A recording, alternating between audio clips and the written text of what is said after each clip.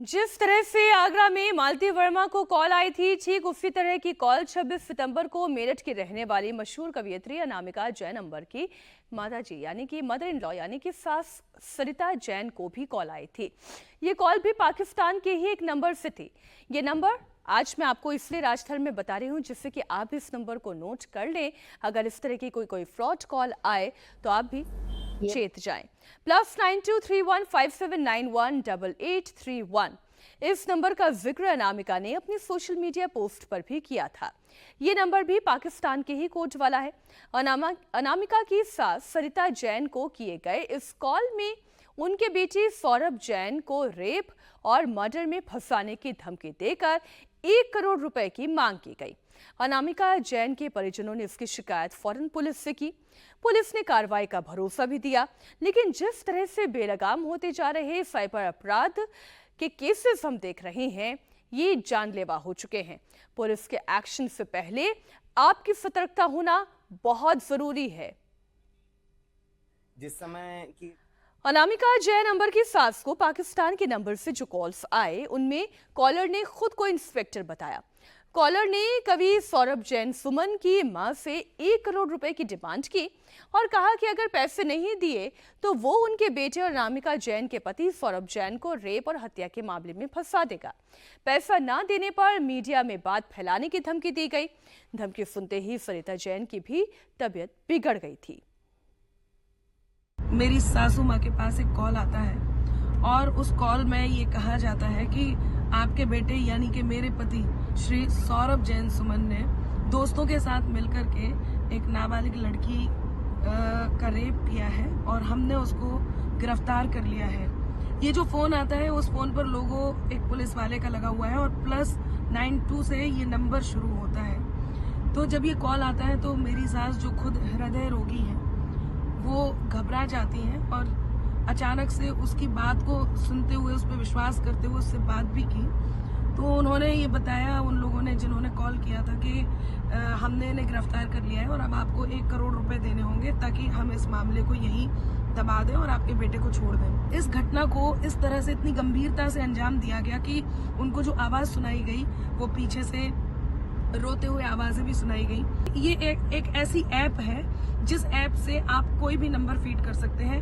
ये local number भी हो सकता है, लेकिन उसमें पाकिस्तान का नंबर +92 से इस नंबर को फीड किया गया और सबसे ज्यादा लोगों जो है वो आर्मी और पुलिस वालों के लगाए जाते हैं। ये सबसे ज्यादा इसलिए क्योंकि लोग बहुत आसानी से ऐसे लोगों पर विश्वास कर लेते हैं, जो कि सबसे बुरा है।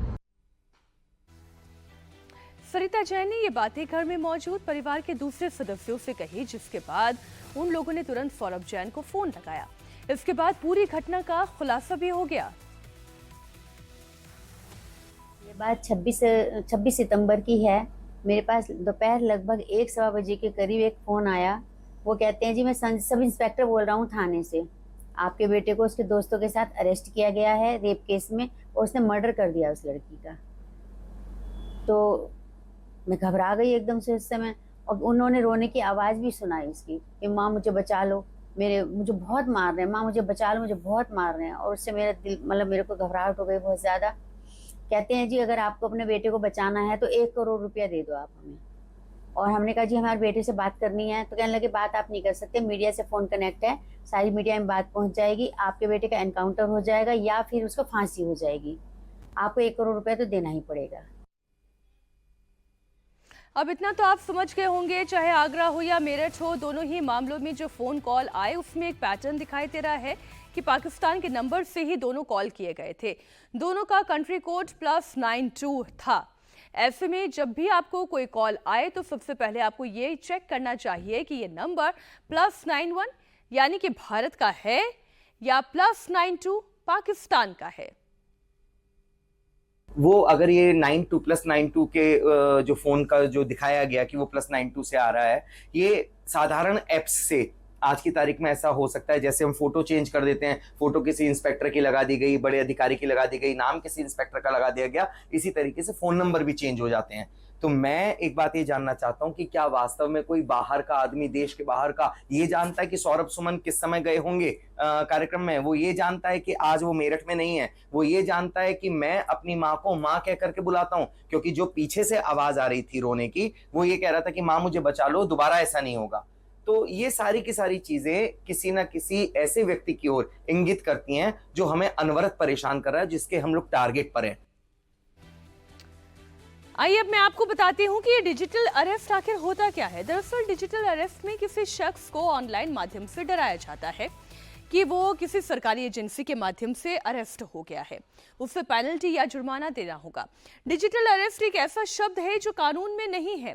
पिछले 3 महीने में दिल्ली एनसीआर में 600 मामले ऐसे आए हैं जिसमें 400 करोड़ रुपए की धोखाधड़ी हुई है।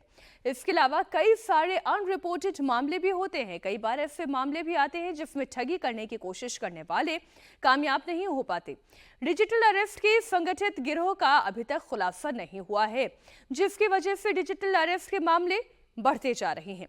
डिजिटल अरेस्ट के मामले में लोगों को फंसाया कैसे जाता है वो भी आपको बताते हूँ। दरअसल इसमें ठगी करने के 4-5 तरीके होते हैं। जैसे किसी कुरियर का नाम लेकर इसमें गलत सामान आया है, कुरियर में ड्रग्स है जिसकी वजह से आप फंस जाएंगे, आपके बैंक खाते से किसी तरीके के ट्रांजैक्शन हुए जो फाइनेंशियल फ्रॉड रिलेटेड है, मनी लॉन्ड्रिंग, एनडीपीएस का डर दिखाकर अधिकतर उन लोगों को फंसाया जाता है जो पढ़े लिखे हैं और कानून के जानकार होते हैं। ऐसे लोगों को डराकर उनसे डिजिटल माध्यम से फिरौती मांगी जाती है। अगर उनके खाते में पैसे नहीं हैं तो उनको लोन दिलवाया जाता है। कई बार उनके पास लोन लेने वाले ऐप्स नहीं होते हैं तो उन ऐप्स को भी डाउनलोड कराया जाता है। कई बार तो 2 से 3 दिन तक डिजिटल अरेस्ट रखा जाता है।